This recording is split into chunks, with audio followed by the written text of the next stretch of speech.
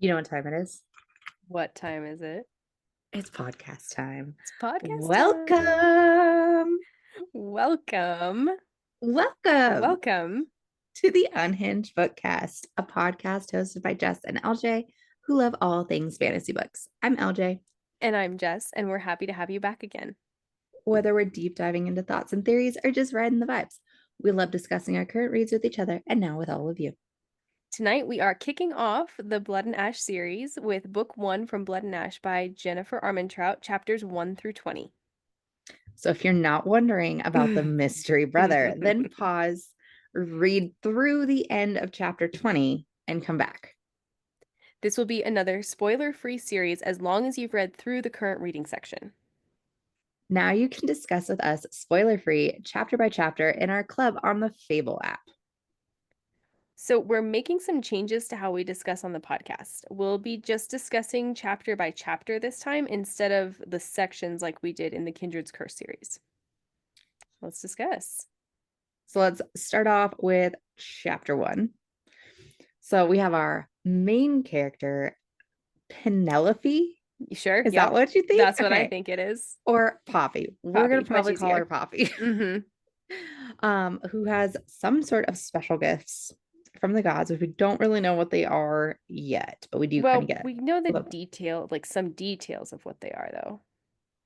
I mean, she can sense things. I think She can in sense chapter people's 1, she can pain. sense things. And it does Pain. say Yeah. in chapter 1, I've actually put the direct quote in my notes. She can sense people's pain, both physical and mental, or unseen, like mental/unseen pain. Yeah. But she has to see someone and focus on them to be able to sense it. Yeah, And and she like make says that how, connection or whatever. yeah. Yeah. And she says how the physical pain is almost always feels hot to her, and mental/unseen pain is almost always cold. So that's what Yeah. we know about her special I gifts. must So have missed that part. So see, this is gonna be great. yeah. So she's an 18-year-old maiden hmm or the chosen, and being a maiden means that she's not able to be seen or have anyone speak to her or speak to anyone else, hmm unless it's her guardians, which are the priests and priestesses, her royal guards, the Duke and Duchess of Macedonia, where they are. hmm And she has to keep this veil over her, like half of her face, right? And her hair. Yeah. Okay. And she's always wearing white. She Um, has to wear white. yeah. And then, but she does keep this handy little dagger strapped to her hmm thigh. And she's got a slit in her dresses or I thought that coat or was whatever cool. it is. Yes, me too. So it is a bone handle from the quote unquote extinct Wolven Yep. and a blade of bloodstone, which we Yep. find out later is the only thing that can kill some of these monsters. I guess we'll call hmm them for now. For now, yeah. Yeah. So we find out that she is at the Red Pearl, which is basically uh,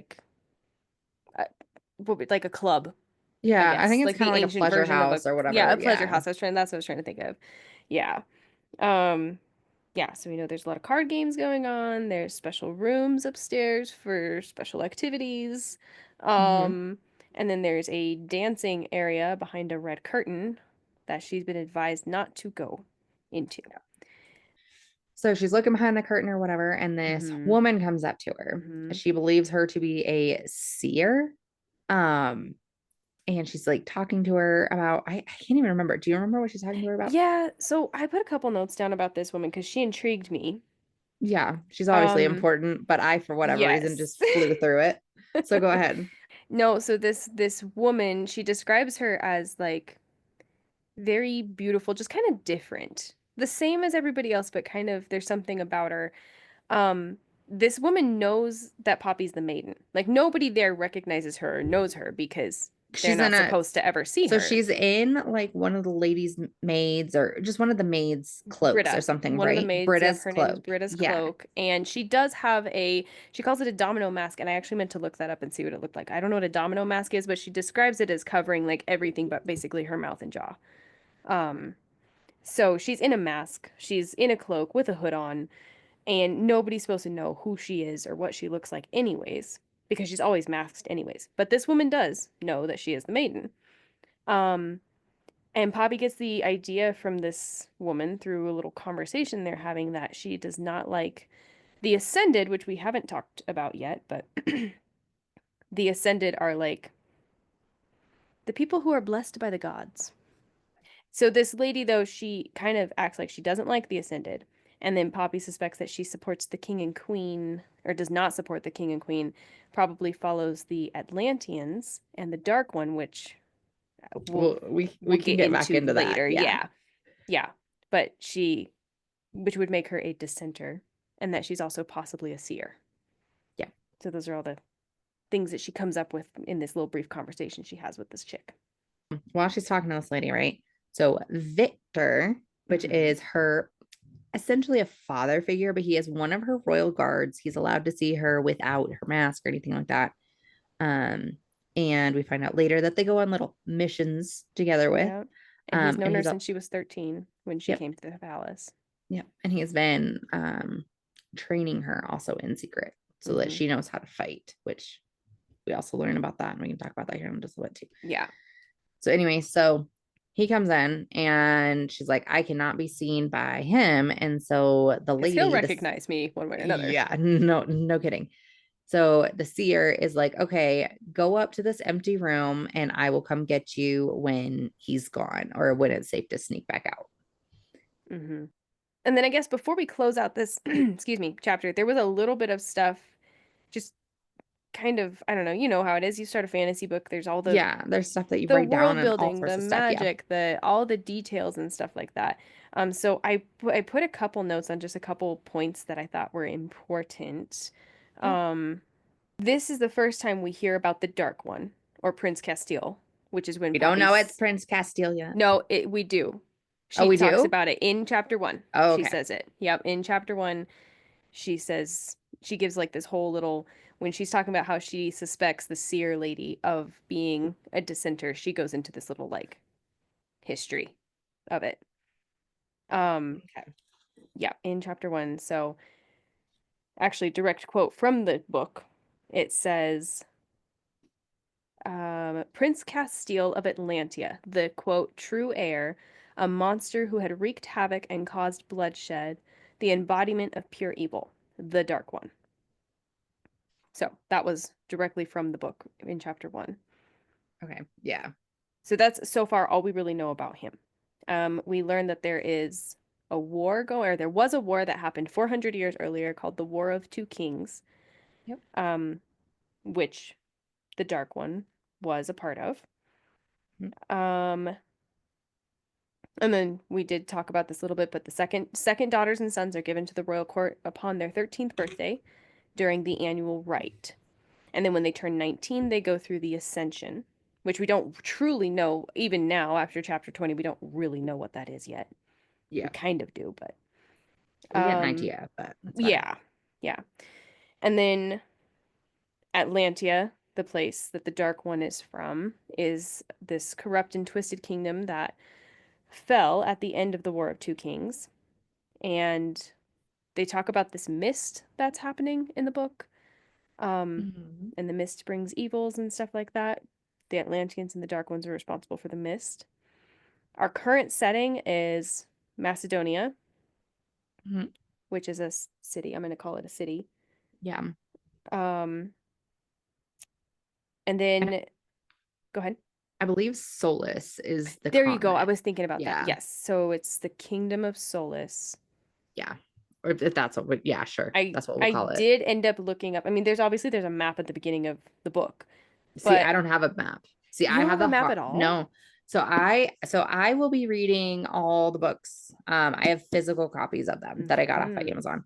And Jess is reading off of A her Kindle. Kindle. Yep. So you will have to send me the map so I can see it. Because that's what I Okay, was I trying to will. see all of this in my head and try to figure out where everything is. I do not have a map, which blew my mind. That's crazy. It's at the beginning of the Kindle. But of course Yeah. it's in black and white. And for some reason I was like, I need a colored version of this. So I just quickly looked up a Pinterest version of it and I found a really cool colored version of it that's exactly like the one in the book. So I will send that to you. It's actually Cool. not And as yeah, maybe confusing we as can I put thought that it was. down. We can put that Okay, down in yeah. the comments Yeah, too. But that's a yeah, good I haven't idea. seen it. That's Yeah, the wild. colored one was I kind just of cool. double checked. I do not have a map. That's crazy. Yeah. Huh. Interesting. Well, So, see, now you just get to tell me about world building. yeah.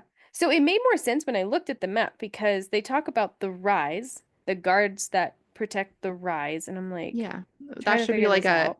a wall around it, It's a shouldn't it be? giant wall, but Yeah. the wall goes around each city. For some Okay. reason, when I first read it, I was thinking it went around like the whole continent or something. Oh, okay. Um, but I'm not good at imagining these things. Yeah. No, So you're good. there's I this kind of figured it wall. was like around the city. It Yeah. is around the city. Yep. Um, so there's the guardians of the rise that protect the cities from the outside dangers and the mist.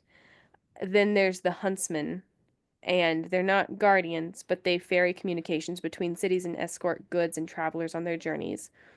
Um, and then there's the royal guards that like stay in the palaces and protect the important people. Okay. So then moving on to chapter 2.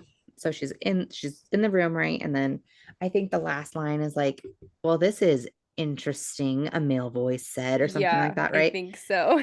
So then we find out that this person in there is Hawk Flynn, who is Hmm. a newer royal guard, and she recognizes him because like she's seen him training and stuff like that. Hmm. Um, and they are kind of chit-chatting at first because he thinks that she is this maid or whatever that she borrowed the cloak from. What did you say her Britta. name was? Britta. Britta. Yeah. Britta, yeah.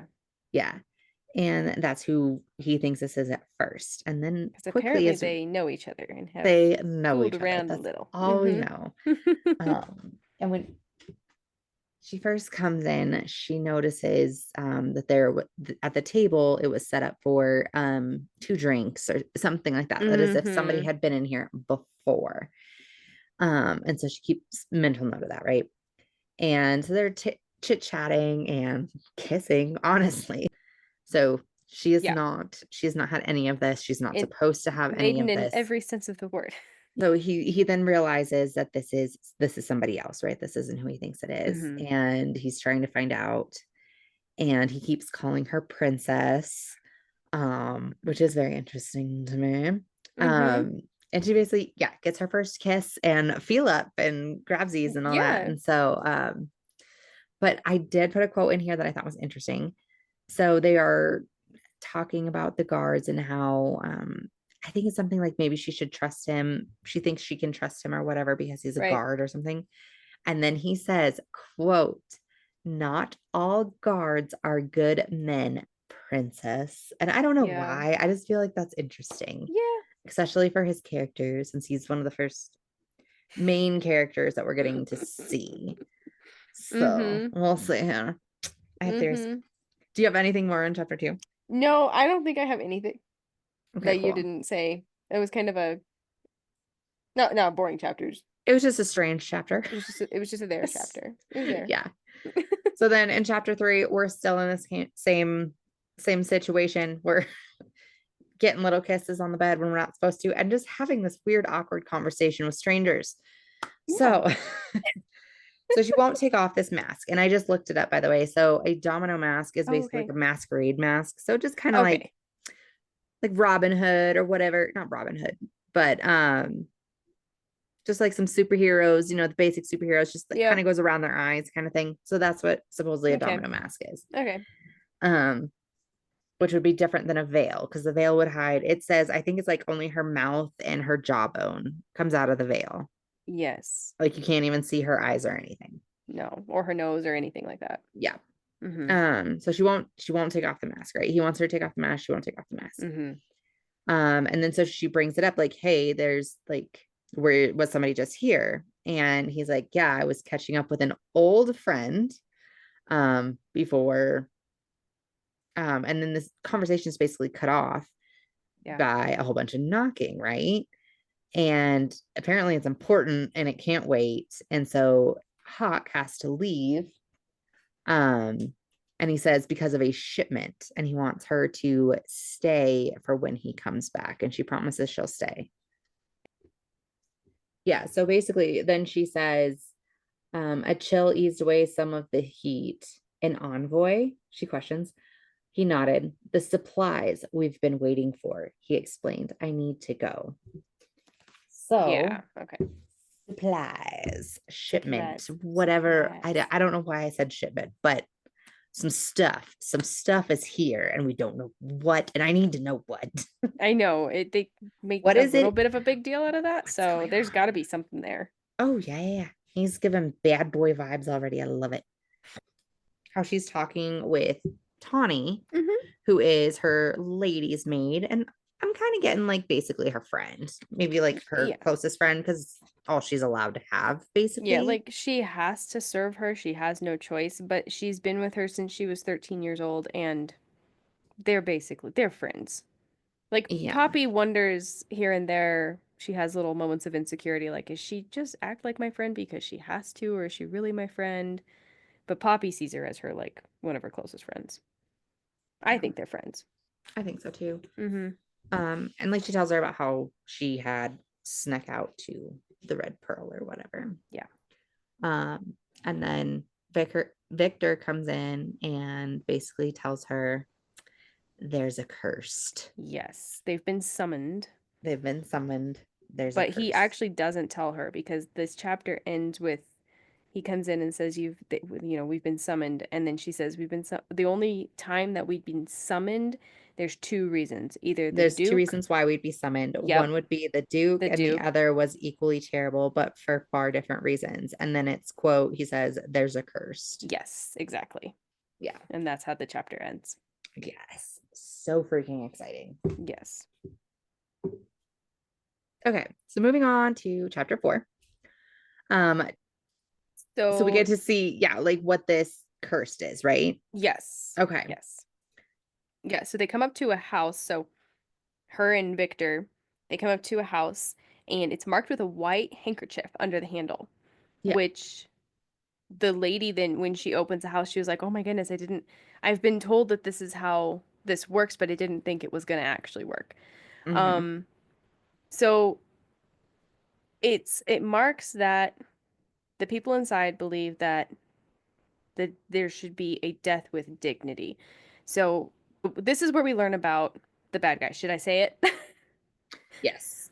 Not maybe not the bad guys, but the bad guys' creation, the Craven, Yeah. which are somewhat of a I imagine them as kind of like vampires. Um, Vampire-ish, but like there mhm. should be four fangs or whatever Right. instead of two. They're top and bottom canines, so when they turn, if they get bit by another Craven, um, or if a mortal gets bit by an Atlantean, they turn Craven. Mm-hmm. And so when that happens, I can't remember the timeline, but it happens pretty quick, like within Yeah. like two, Within a three few days, I days. think. Yeah.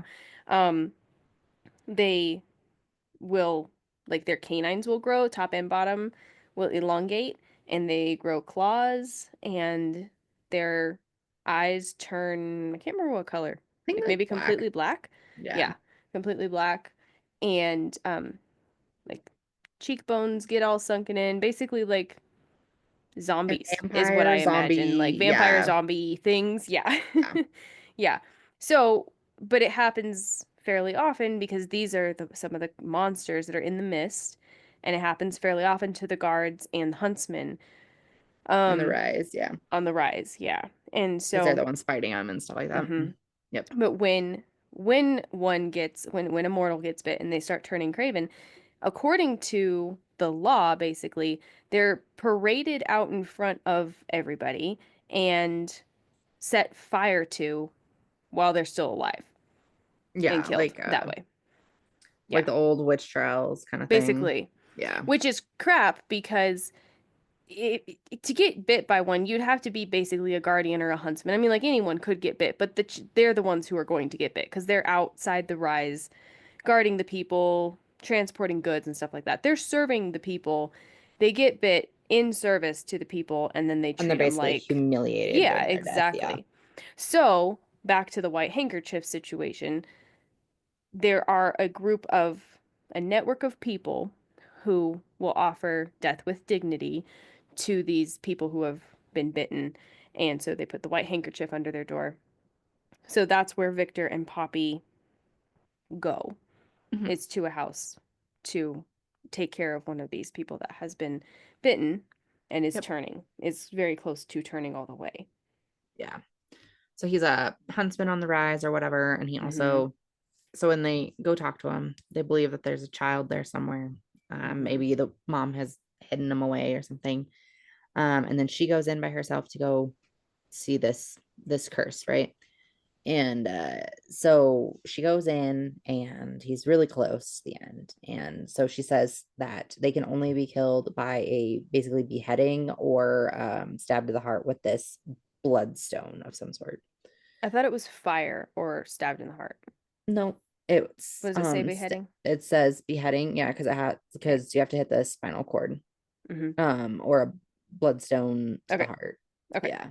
This is kind of where we get to see her, I guess, magic for the first time. And she basically eases her good thoughts and emotions, I guess, into him so that he's Mm-hmm. calm for this to happen. And she makes sure that he has said his goodbyes and all that kind of stuff. And Yeah, then, like makes him feel good. And what I gathered is that if someone gets bitten, they can, we'll just say, take care of it themselves if they do it quickly. But after yeah. the curse starts taking root, a strong survival instinct like kicks in, and they literally cannot Oh, yeah, yeah, yeah. take care of themselves. They have to Yep. have somebody else come in and do it Come in for and do them. it for him. Yep. Mm-hmm. Yep. Okay, so chapter 5. So Poppy and Victor are heading back to the palace after their little outing to help the cursed and their families. Um, and they're having this little conversation about Poppy's reckless behavior and the things that she's been doing. And Victor's basically like, "You don't think I know that you've been sneaking out and all this stuff?" Right. Um, and he kind of hits a nerve, telling her that he's like, I think you don't want to be found worthy by the gods. I think you don't want to ascend." And she's like, "No, I do," but he's right. That is how she feels. Um, he points out that she's afraid of ascending, like actually afraid of it, and afraid that she won't be found worthy. But then he says something that I don't know if it's going to mean something later or not, but Victor says, quote, "No matter what you do, you're not going to be found unworthy. You will ascend." But the way he said it to me, it didn't seem like a fatherly, like, "Oh, it's okay, you're going to be fine." It almost seemed like he knew something that Yeah. she doesn't I know. think so too. Mm-hmm. Yeah. Or is it like a you're gonna do this? I don't know either. But It could be that too. yeah. Could be that too. And then so then they get back to the palace, and apparently she goes for a little nightly walk with Rylan, her other guard. Um, they go for a nightly walk in the gardens every night. And so they're on their way there, and I'll let Leslie pick this up here because I kind of missed some details on exactly where they were. First, I thought it was the kitchens, and then there's side rooms and stuff. So, From what I anyways, could you can tell, go it's ahead. like, yeah, so they're in this castle is basically where most of this is taking place. The castle, right? Of the douche, Hmm. the douche. You He is know, a that is douche. accurate. That is accurate. Of the douche and duchess, the douche, damn it, the duke and duchess. I'm leaving it in there. Okay, Okay. so anyway, it's this castle, right? So I'm assuming there's all these hallways and there's like little cloves and stuff like that. I guess curtained off some of Hmm. them. But anyway, so there's Lord Mazine, and he's like, I need to talk with you. And she's like, damn it. And he's like, privately. So Rylan has to wait for her, whatever. And then so they go and Hmm. talk.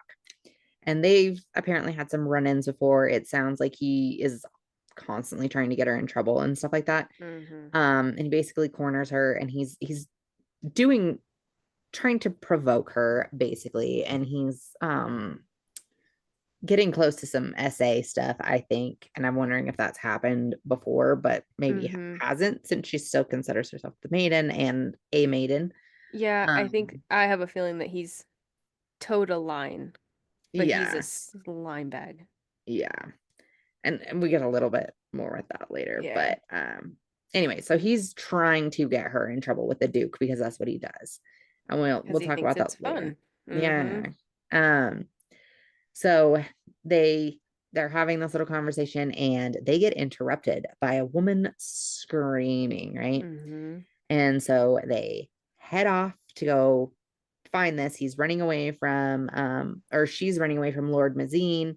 she meets up with Rylan in the hallway, and they go and they look through this door to this other room, and it is a dead woman with puncture wounds at her throat. And her head is turned at like an unnatural angle. I think they say that Yeah, too. and like her Her clothes like were, she was clothes were, obviously essayed as well. yes. Mm-hmm. So, well, because that's not interesting enough, let's roll into chapter 6. So she's kind of doing some looking here, some trying to dig some clues. I believe this was after the body is out and she's looking through the room. Yeah, well, no, not quite. Rylan is like, you don't need to see this, and so he gets her back to her rooms really quick. So she's actually talking with Tawny and Oh, yeah, Rylan. that's right. Okay. And So this that's is when they before kind of, she does her little yeah, investigations. yeah. So Okay. this is like they kind of come to these conclude. Go ahead, yeah, Yeah. conclusions. But there's only 2 puncture wounds, right? Mm-hmm. So our Craven have 4, but we have our 2 puncture wounds, and it seemed as if like all her blood had been taken out of her Yeah, there body. was There no was mess at there all. was no mess whatsoever. Um, no blood anywhere to be found in the room. Um, And then and then her neck was intentionally broken, which is unlike the Craven. They wouldn't mhm, do that. yeah. And then Victor makes a comment because he's in there having the conversation with them too. He makes a comment that the Duke thinks that it was a dissenter, Oh, yeah. And not which necessarily an Atlantean, which is exactly. what she So, begins to think. yeah, because the Atlanteans, do you want to get into this now? Because I think this is this chapter. Yeah. Yeah, it's still this chapter. So, like I said, later she goes in and she's like doing some investigation. The body's been cleared Yeah. out and the sofa or whatever that she was laying on is gone, but everything else is the same. And she doesn't find anything other than there's this one jasmine petal, but all the Mm-hmm. flowers in the room are lilies. Yep. So that's interesting. And then we just tuck that away for later, I Well, she guess. also notes that like she picks up the petal and she knows it's jasmine and then she sniffs it and she's like, normally I love the smell of jasmine and it's a pleasant smell to me, but she sniffs it and she says it makes her recoil. Whatever smell she got off of it made her Yeah. recoil. Yeah.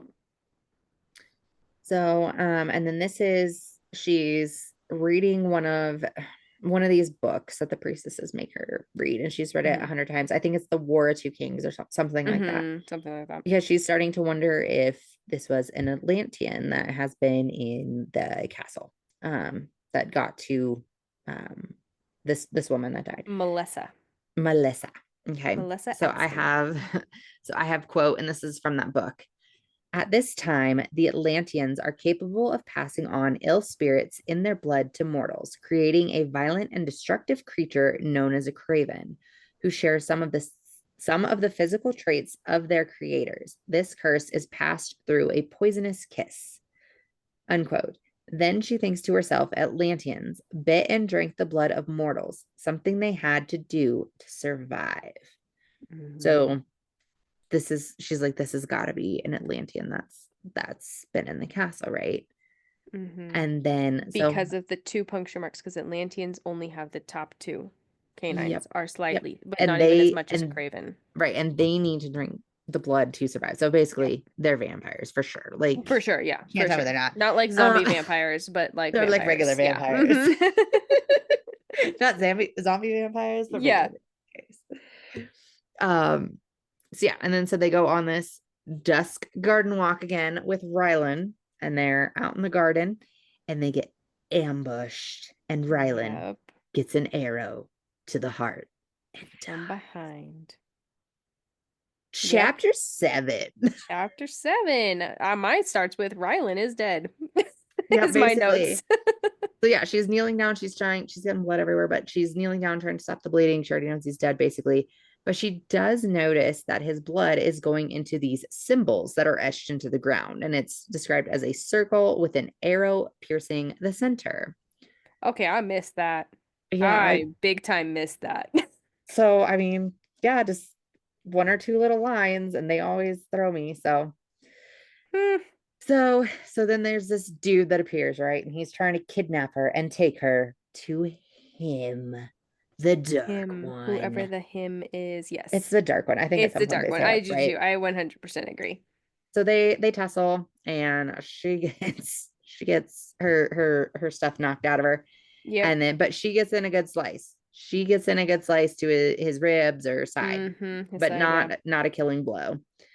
And so basically then there's this whistle. There's a whistle from Mm-hmm. far off in the woods or whatever. And the dude looks towards it and then he says he'll be back or whatever, right? I'll be Mm-hmm. back. Mm-hmm. Um, and so he leaves, right?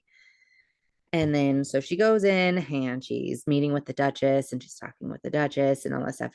Duchess supposedly way more cool than anybody else. They're cleaning her up and then they let her know that there was a message on the arrow that killed Rylan that Yep. said, quote, from blood and ash we shall rise. Okay, so I had a little note in here because I don't know, the whistle I think is what made me think this. Um, but I think that there's something, they say that the Wolven are supposedly extinct. Extinct? Uh-huh. Yes. But then this is in chapter 6, when she's reading through the books, um, trying to kind of do a little research after Melessa's death. Right. Yeah. So I highlighted this. So it's a direct quote. So, quote, between year 19 and 21, those of blooded Atlantean descent leave the vulnerable state of immaturity wherein the ill spirits in their blood become active. Noted during this period is a disturbing increase in strength and the ability to recover from most mortal wounds as they continue to mature. It is also to be noted that before the War of Two Kings and the extinction of the Wolven, a bonding ritual was performed between an Atlantean of a certain class and a Wolven. Not much is known about this bond, but it is believed that the Wolven in question was duty bound to protect the Atlantean. So, Mm. for some reason, when I read that whole thing about the whatever person, this blue eyed, shaggy brown haired person that came to kill her guard and abduct her, um, the whistle. Wolven sounds like wolf, dog. I don't know. I'm thinking he is a wolven that this ritual has been performed. They're not extinct because they look like humans. Hmm. And Well, the same thing with the Atlanteans. They were saying that they could just yep, be in with the crowd and you wouldn't even know that they were there or something yeah, like that. yeah. Yeah. I think this wolven is this Prince Castile slash the Dark One's Oh, really? Okay. wolven. That's my thought on that. Yep, my little theory. It's the whistle. Mm, It was the whistle. I like that. We'll have to see if I would become right about something later. I hope so. So, chapter 8, that was just basically the funeral for Rylan, and it was like the first time she'd ever come, or that anybody had really ever come to the funeral other than like the guards and their family and stuff like that. Yeah. And Well, we also find out. Well, I don't know what else. I don't know what else you were gonna say oh because I yeah, I actually had was quite a few little notes about chapter 8. oh, did you really? I was just gonna say Mm-hmm. about how like Hawk decides to jump up and stand next to her or whatever so that Victor Yes. can go up to the pyre. Yeah, because he doesn't want to leave her unprotected, so he's conflicted. She's not supposed to be there in the first place. She snuck Yeah. out. And so he's Yeah. conflicted. He was like the highest ranking and closest to him, so he would have been the one to light the pyre. And so he's like, do I go do it or do I stay with her because I have to guard her? And then Hawk like steps up, which was kind of cool. Yeah. Yeah. Um, but before the funeral, we find out, and I'll be honest, I don't remember how we find this out, but we do find out that the queen was very fond of Poppy's mother. We learn a little bit of history about Poppy's mom, and I have some theories I must surrounding have Poppy's missed mom. that. Yeah. So I figured we'd throw it in here because I have some theories maybe a little bit later about this. But the You're queen the was, theories person tonight, man. I I guess was so. vibing, man. So she was very fond of Poppy's mom. We don't know her name yet, but so fond of her, in fact, that she had granted her. a request. So Poppy's mother had requested not to do the ascending. She requested not to ascend so that she could be with Poppy's father, who was just a normal old, not old, but normal mortal. He had no prospects of ascending because the ascended, once they ascend, they get not quite immortality, but they can die eventually, but they get a very, very, very long life. Yeah. And so she chose the love of her man over getting to live forever or close to forever. So the queen liked her enough that she said, "Yeah, that's fine. You don't have to go through the ascension. You can live a mortal life with your mortal man." Yeah. Um, and so her mother chose her father over the quote blessings of the gods. Yeah. And we also learned that apparently the queen can petition the gods to move up the ascension, since it seems that um, Poppy's life is in danger, and so attempting like they're attempting to thwart her ascension. And so it's suspected that it will probably happen that the queen's going to try and move up the ascension for Poppy. Yeah. And that all happens right before the funeral and all the stuff with Hawk. So then we go into chapter 9. Yeah. So chapter 9 is they're basically having, I'm gonna call it a city hall. They call it city council. So yeah, Yeah, so exactly. It's city called city hall, council. everybody gets to Yeah. come in from town and they get to basically give their grievances to the Dutch and Basically. the Duke Ooh, and it's a hard Duchess one tonight. faces. The Duke and Duchess. Yep. Um, and this family comes in, right? And I do have like a mention of all the gods because the gods are interesting to me, but I'll keep that on the back burner. We won't go Okay, through I all of them figured you tonight. would. I didn't because I figured you Yeah, would. I always find that interesting in books. I don't know why. So I have that on the back burner for later, but Also, did you notice that, like, the little thing that said the gods don't walk under the sun, so neither do the ascended? mhm. Okay. Yeah, so the Sorry, I ascended didn't mean only to come steal your out. thunder. No, you're good. So the ascended only come out at, like at night and stuff. Yeah, that was weird to me. Interesting too. Hmm. Interesting. What else comes out at night? Vampires. Exactly. Um, so so this couple comes up, right? And so they've lost their first two children. So this is the third baby that they have with them, Hmm. right? And they're basically asking that they can keep this baby, that he doesn't have to go be ascended or go to the Yeah. temples or anything like that. And that's basically like shot down. And most of the town is like not okay with this.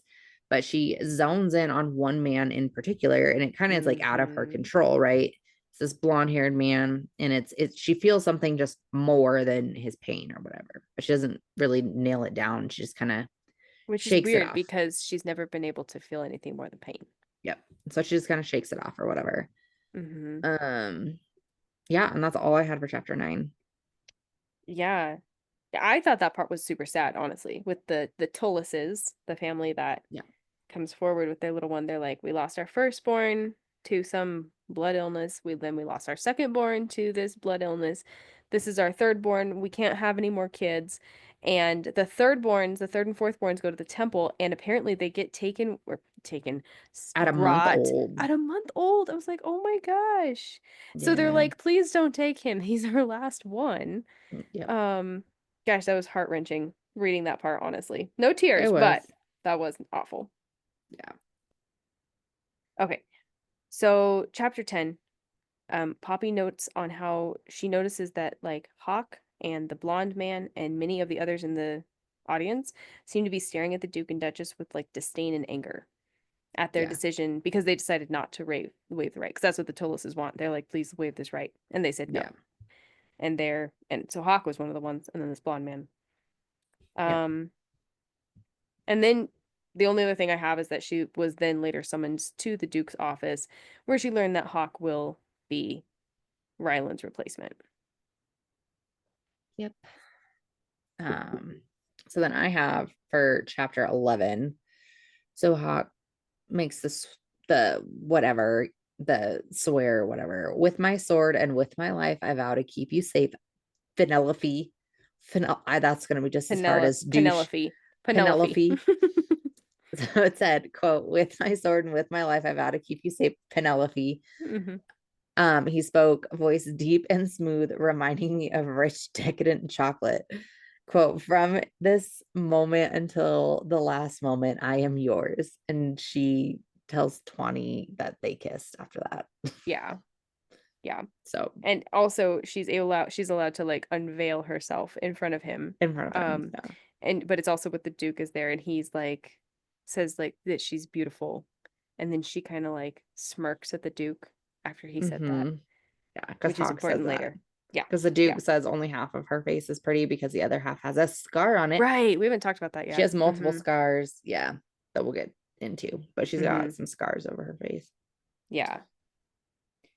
So then chapter 12. So they're out in this like atrium or whatever, which I'm assuming is like a Mm-hmm. patio or something like that. But Yeah. she's out there with Tawny and these two ladies in wait or something like that. Yeah, that's what they were. And so she's not talking to Hawk because Hawk doesn't know, or she thinks Hawk doesn't know that she's the lady or the chick from the Red Pearl, right? Right. And He's just there guarding he's her. there guarding or whatever, and he's taking his job very seriously. And Very. these ladies in wait are very much like, "Ooh, I'm gonna pretend to faint, and I need My him to help me get to a gosh. chair." That was so And cringy. just, it was horrible. It was so funny. But like we would be Tawny and Poppy just sitting there just laughing at these ladies. But Mm-hmm. anyway, so that's basically what's going on. They're just trying to get his attention and stuff like that. And so then they kind of start talking about some different things.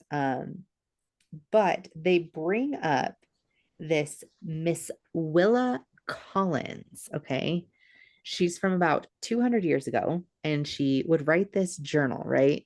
And Mm-hmm. apparently, this journal is in the city library, I'm assuming. I think Um, so. and they believe her to be a very scandalous woman, and they keep making jokes about how like she would be all over Hawk or something like that.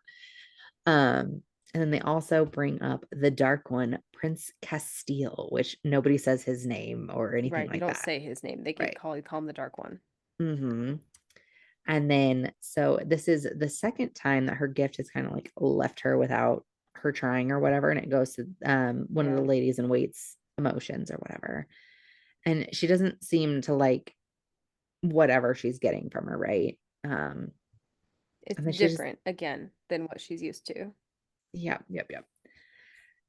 And then let's see. So then um they're summoned to the Duke's office, right? Mm-hmm. And so Hawk is walking with her and she trips up the stairs. Okay. And this is hilarious because the day I was reading this chapter was when I broke my ankle when I fell down the stairs. Mm-hmm. So that's why this is hilarious. And it gets brought up like a couple different times, and it is Yep. so freaking funny. So I just want to make sure that got thrown in there. Absolutely. um, do you have anything else for chapter 12? The only other thing is when Lauren and the other lady in wait, I can't remember what her name was, I can't were remember. talking about the Dark One. Yeah. Lauren kept referring to him as Prince Castile, like over and over, even when Yeah. the other girl was like, "You gotta quit saying his Uh-huh. name," but she didn't Uh-huh. care. She kept saying it. Um, Mhm. and then she also says that she's heard rumors that supposedly he is bald and tall with pointy ears, but no one's ever seen him. No one's ever seen him. And then I thought So the other girl was like, but I thought he was gorgeous or something yeah, like then that. the other girl was like, "Yeah, I heard that he was absolutely like drop dead gorgeous and all Drop this stuff." dead, Yeah, man. right. And Yeah, now I need to know who's the MMC. right. Okay, I'm so glad you said that because literally in this We'll get into it chapter. later. Hold Okay, on. fine. Dang it, fine. Okay, fine. Chapter 13. Chapter 13.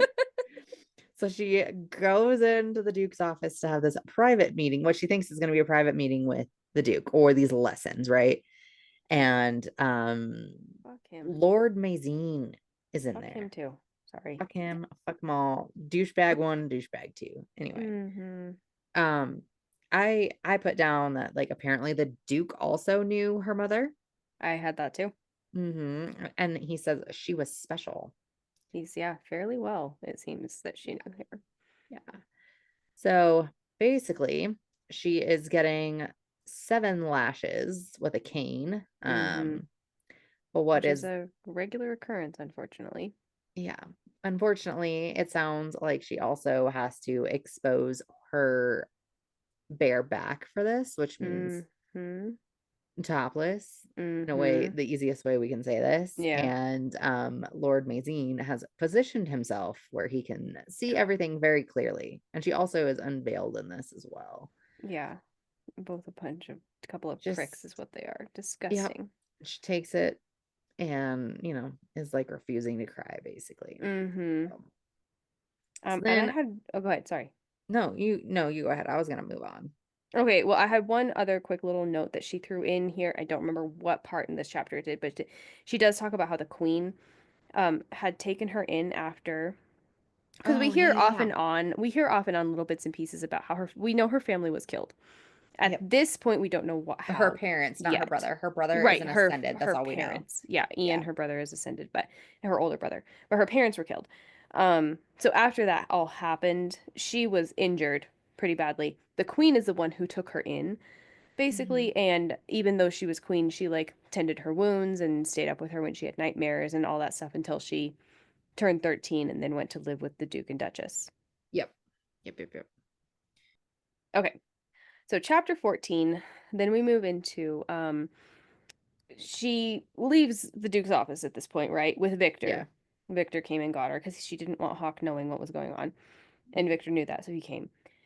But then again, I don't remember where we learned this in this chapter, but I found this important. The Duke, she kind of thinks back on it and she's like, hold on, the Duke had to have known her mother in the capital, which is weird, but like her mom never left the capital and never went to Macedonia. But the Ascended rarely travel. So the Duke had to have actually traveled to the capital, which was, I guess, a rare thing to happen, in order to know her mom. And then Hmm. so Poppy then also notes that she says the way he spoke of her was odd. Quote, nostalgia mixed with what? Anger, perhaps? Disappointment? Had whatever interactions he had with her caused the way he behaved towards me. And I have some thoughts on this. I don't know if I want to say them Hmm. now or later, but You can say them now. actually, I'm gonna say them later because You can say them this, later. we're gonna hang on to this little quote. I'll pop back to it when I get down further because I do have a theory on her mom. Okay. So I basically have that. So she's spent like what, 2 or 3 days cooped up in her room. She doesn't want Yeah, to see Hawk, healing. healing, all that kind Hmm. of stuff. And she hasn't been able to sleep. And so it's the middle of the night and she's just kind of like looking out her window out at the rise, right? So she can see part of the rise. Hmm.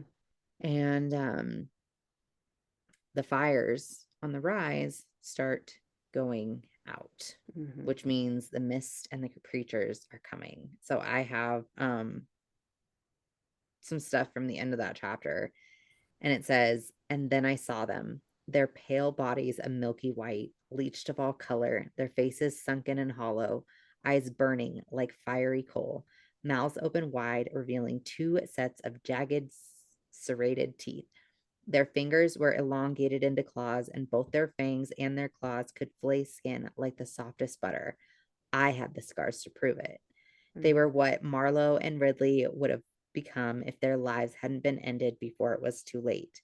They poured out of the mist, the source of my nightmares, the creatures sent by the Dark One over a decade ago to rob my brother and me of our parents in a blood soaked massacre. They were the evil ones who'd nearly killed me before my 6th birthday, clawing and biting in a frenzy of bloodlust. The Hmm. Craven were here. And that's how chapter 14 ends. And I was sitting at the edge of my seat. I was so freaking excited at this point. And little did I know it was going to continue to keep getting better. Hmm. Yeah, because then we go to chapter 15. She sneaks Yes. out. She Yes. grabs a black cloak, with a heavy hood to cover her face, and she grabs a bow, and she's got her dagger. Yep. And so she sneaks out and she goes up to a battlement and Yep. finds a couple quivers of bloodstone arrows, and just like turns into a little sniper and starts shooting them Mm-hmm. down. She Yeah. But notices she that does, she Victor waits is out there. until, yeah, she waits until they start coming up the rise. Yes. and start So, taking out the archers. Yeah. well, I think she started, she killed a couple that were going after Victor first on the ground. Then Oh yeah, she I think you're right. noticed, And then I think she went for him. Yeah. yeah, and Victor like turns and she thinks he saw her up there, Yeah. but he wouldn't be surprised. Yeah, so then she starts taking him out. Um, and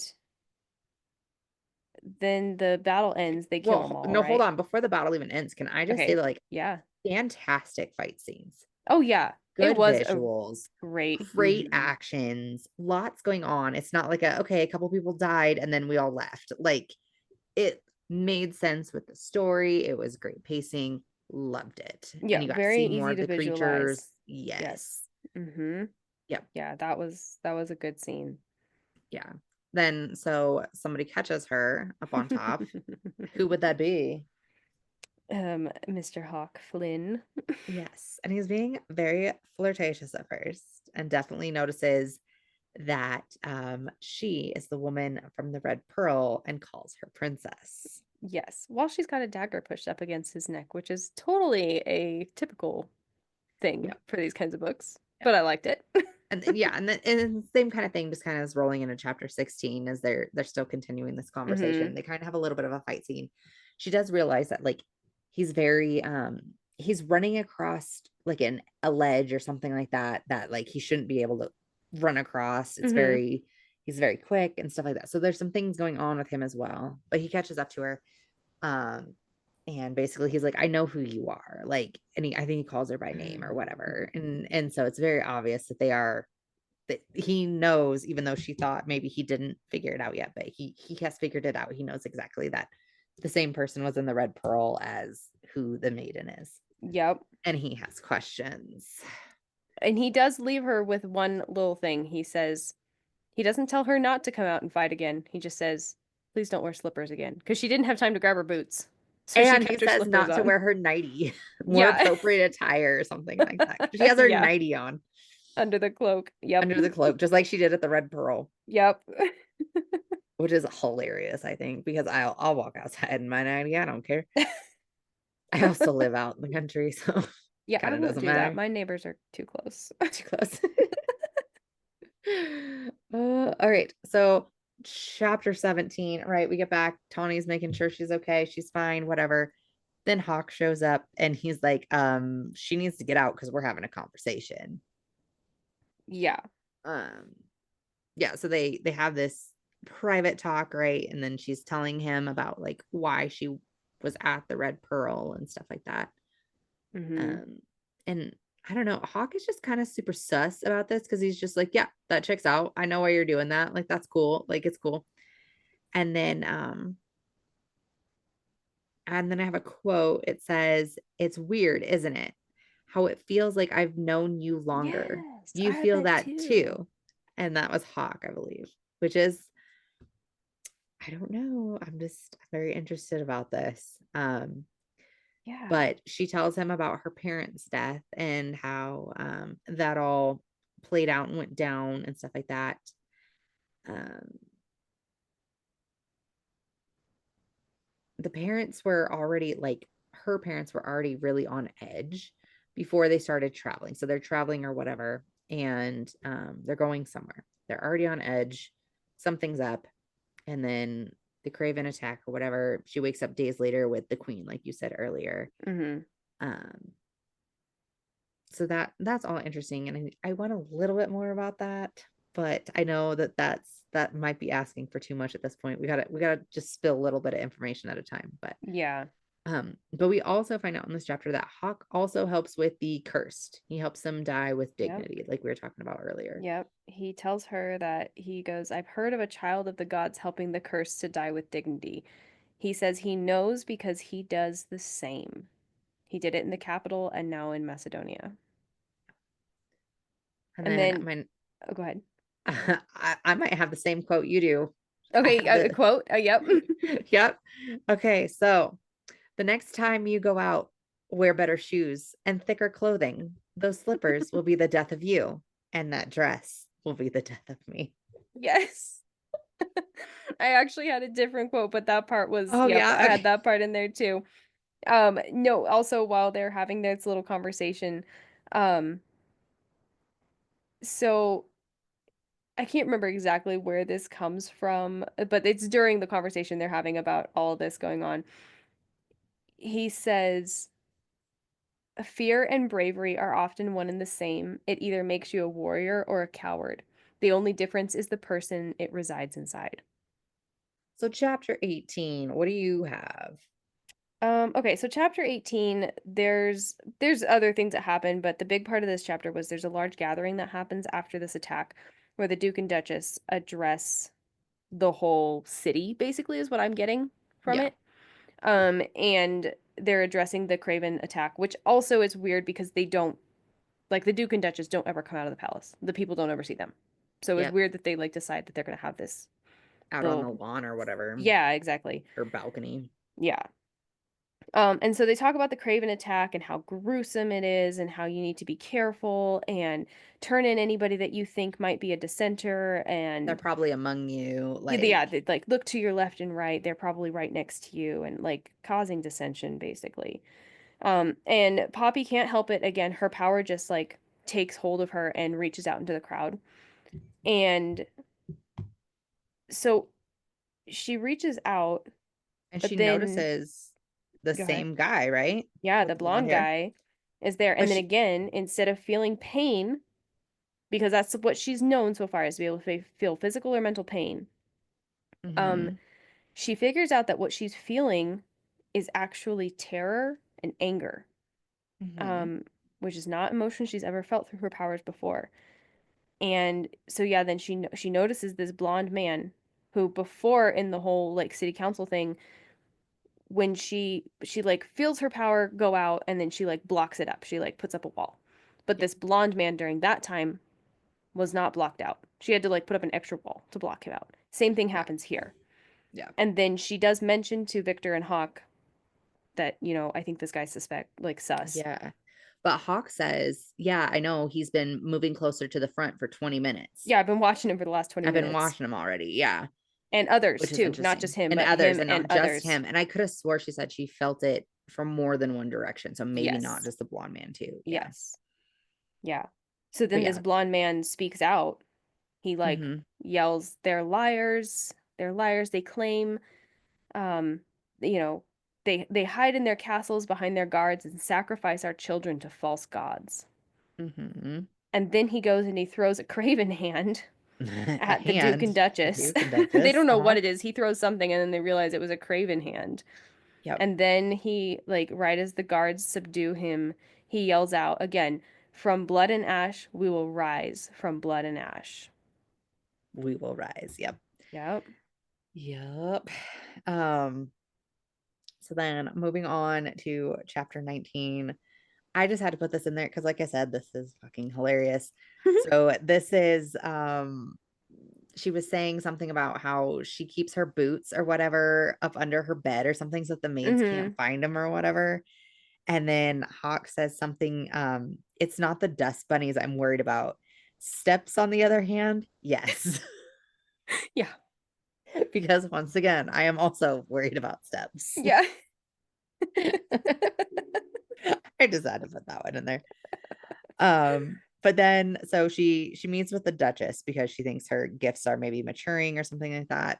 Um, and the Duchess brings up the first and Mm-hmm. only other maiden. Yep. And in quote, her actions put her on a path that ended with her death. The Dark One killed her. Mm-hmm. And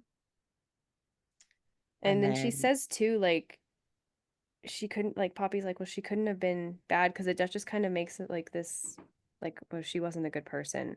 Kind of yeah, makes it seem like that. yeah. And Poppy's like, well, the gods found her worthy, so how could she have been that Uh-huh. bad? And the Duchess was like, well, just because the gods found her worthy doesn't mean she was actually worthy. Which is interesting. Yeah. So maybe Poppy can have some fun. Also in this chapter, I did note too that like Hawk seems to also kind of be sympathetic to the dissenters in a way. Like you kind of get Yeah, that from yeah. him. He's like, well, the third and fourth kids have never been seen again, not by their families anyway. Like maybe if they could just be seen, there wouldn't be all this worry. Yeah, all this going on. Yeah. Yeah. Mm-hmm. So our final chapter for the evening, chapter 20. Um, so Hawk is going to these lessons with the priestess, and she's reading this book aloud, and she's saying about how it's miserable to read it with him there.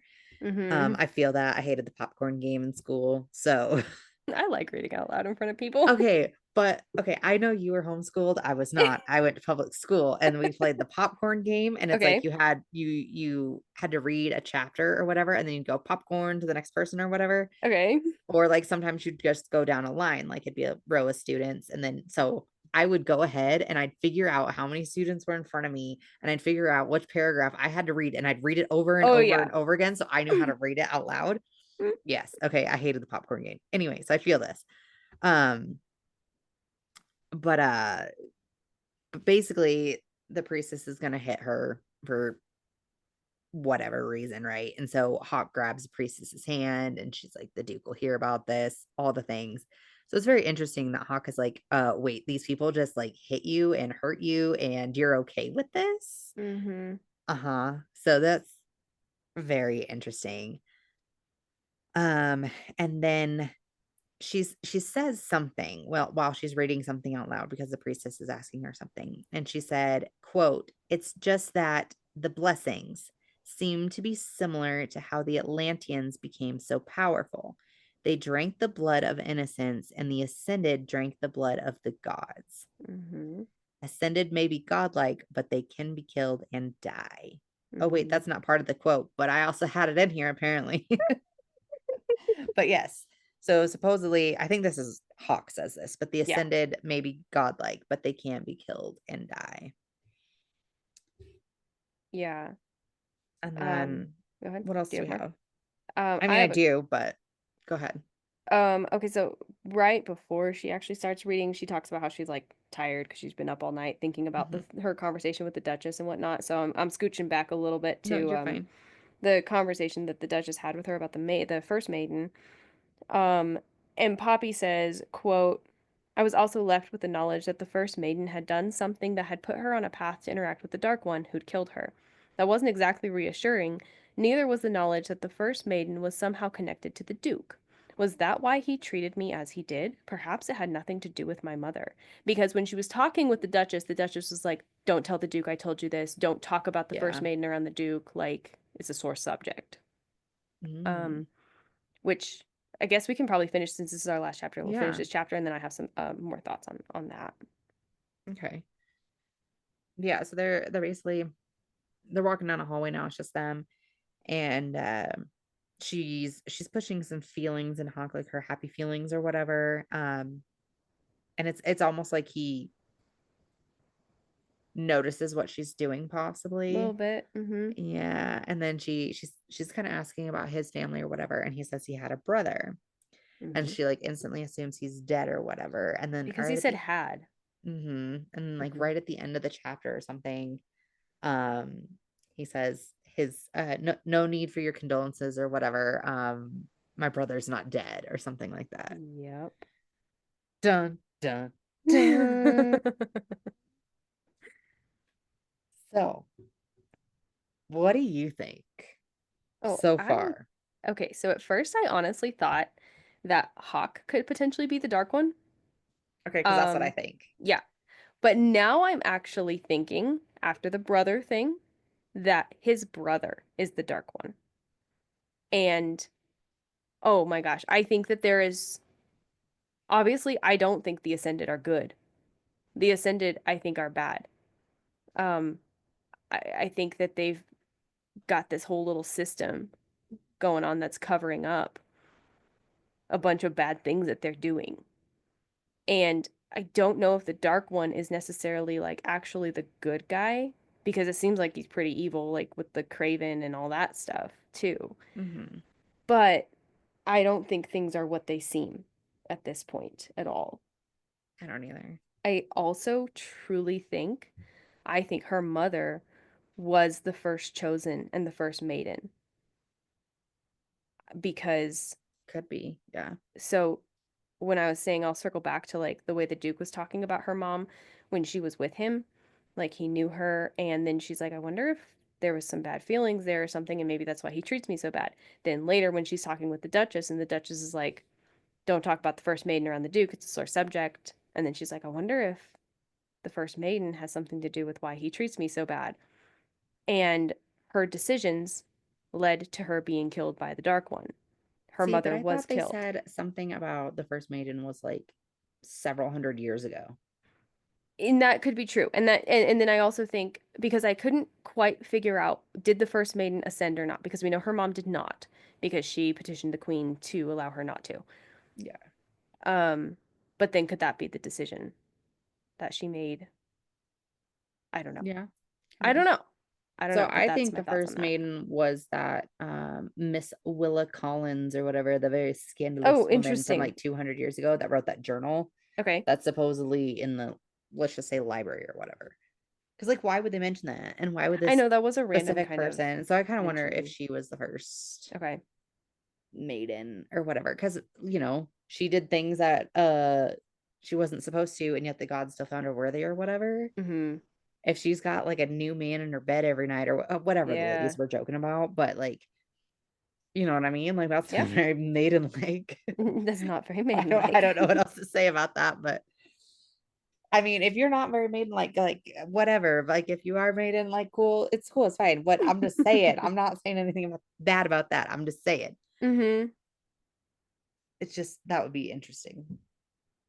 So So I do don't you know. think that Hawk is the Dark One, or do you think I there's don't something know. I about the keep brother? bouncing back and forth, and I've been sitting here waiting for like a week for you to finish this section so I can go finish this book and find out. Okay. Mm-hmm. Because I bet we'll find out by the end of it.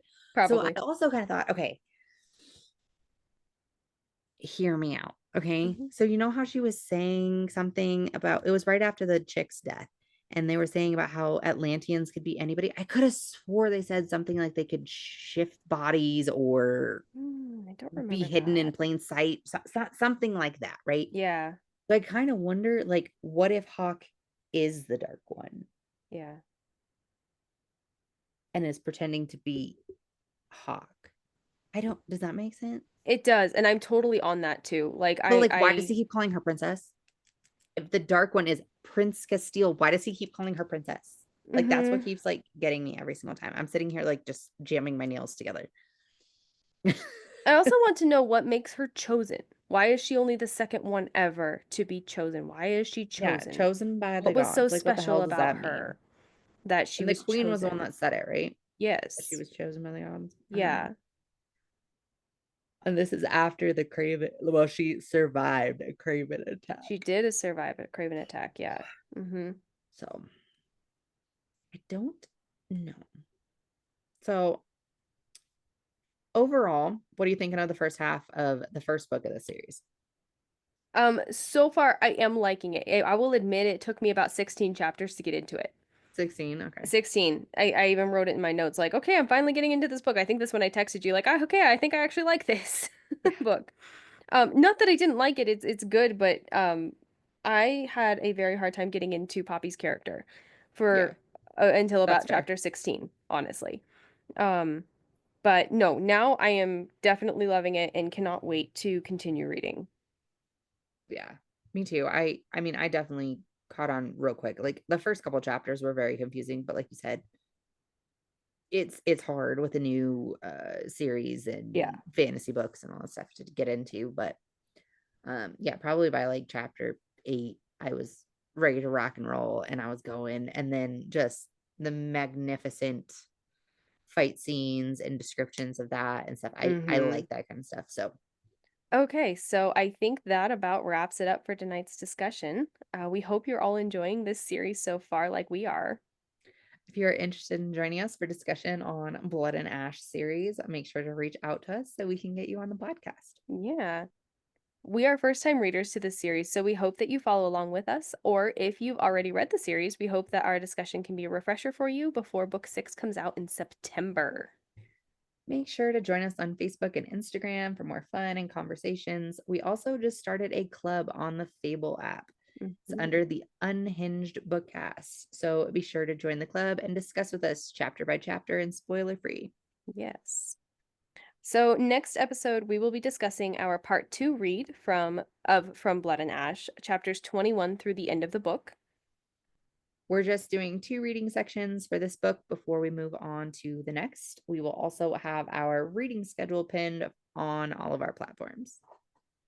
If you're enjoying reading along with us or just enjoying our conversations and theories, be sure to like this video and hit that subscribe button on your way out. And reading all these books with book besties is so much freaking fun. So make sure to share with your book besties. Don't have any book besties? Then consider yourself one of ours. And until next time, fill those drinks with ice. And your books with spice. Bye. Bye.